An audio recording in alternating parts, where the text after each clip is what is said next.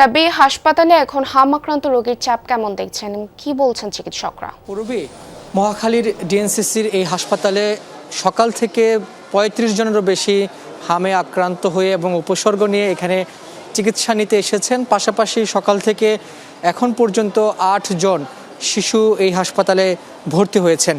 আমরা হাসপাতাল কর্তৃপক্ষের সঙ্গে কথা বলেছিলাম, তারা আমাদেরকে বলেছেন যে শিশুদের যে নিরাপত্তা রয়েছে, শিশুদের চিকিৎসার নিরাপত্তার জন্য ওয়ার্ডে গণমাধ্যমের উপস্থিতি তারা সীমিত করেছেন।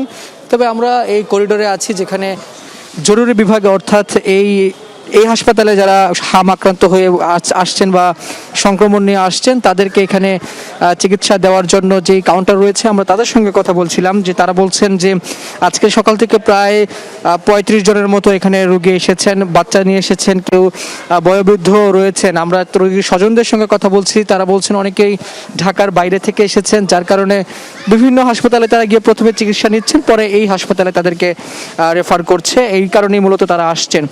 আমরা এখানে অনেক শিশু দেখছি যে তাদের পরিবার বা তাদের স্বজন তাদের এই হাসপাতাল থেকে নিয়ে যাচ্ছেন, তারা বলছেন এখানে সিট তারা পাচ্ছেন না।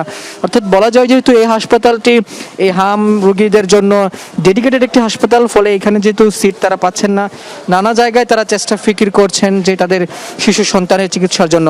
স্বাস্থ্য অধিদপ্তরের তথ্য বলছে যে গত ২৪ ঘন্টায় ৫ জন শিশুর মৃত্যু হয়েছে, পাশাপাশি সেখানে আক্রান্ত হয়ে হাসপাতালে ভর্তি হয়েছেন ১০৮৬ জন। সব মিলিয়ে ৫৮৩ জন এখন পর্যন্ত মৃত্যু হয়েছে শিশুর। সব মিলিয়ে বলা যায় যে হামের যে উপসর্গ সেটি যেমন বাড়ছে, পাশাপাশি হাসপাতালে যে রোগীদের চাপ রয়েছে সেটিও বাড়ছে। অর্থাৎ মহাখালী ডেডিকেটেড এই হাসপাতালে মূলত আমরা সকাল থেকে যে পরিমাণ রোগী আসতে দেখেছি অন্য দিনের তুলনায় স্বাভাবিক, তবে রোগীর সংখ্যা তুলনামূলক বাড়ছে।